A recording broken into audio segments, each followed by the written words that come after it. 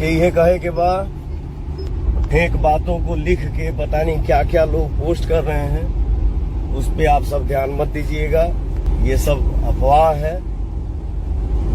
आप सबके आशीर्वाद जिंदाबाद। आप सबके आशीर्वाद की छांव में कौन आके रहे के बाद काराकाट की जनता से मैं ये कहूंगा कि आपन कीमती समय निकाल के और आपन कीमती वोट करी जा। हाय फ्रेंड्स, आई वो बनी होगा। वीडियो देखने के बाद आप लोगों को खुद समझ में आएंगे होगा। अगर नहीं समझ तो प्लीज मेरे वीडियो को लास्ट तक बने रहे, डिटेल्स समझाते हैं। आप लोगों को पता है कि पवन भाई इंस्टाग्राम पे आए हुए थे, लाइव बोल रहे थे कि 1 तारीख को इलेक्शन है, यानी आज। और हाँ, पवन भाई ने ये भी बोला था कि प्लीज हमें वोट देके सपोर्ट करें। अब विजय बनाए ज्योति सिंह के साथ साथ ये जितनी भी टीम है वो लगे हुए हैं, क्योंकि कल वोट पड़ेगा तो ये सब रहेंगे। ज्योति सिंह ने ये लाइव आकर बोले थे कि 12 नंबर को प्लीज जीता है। खैर मैं जब तो चैनल को सब्सक्राइब, वीडियो को लाइक करें, कमेंट जरूर लिखेगा आई लव पवन। टाटा।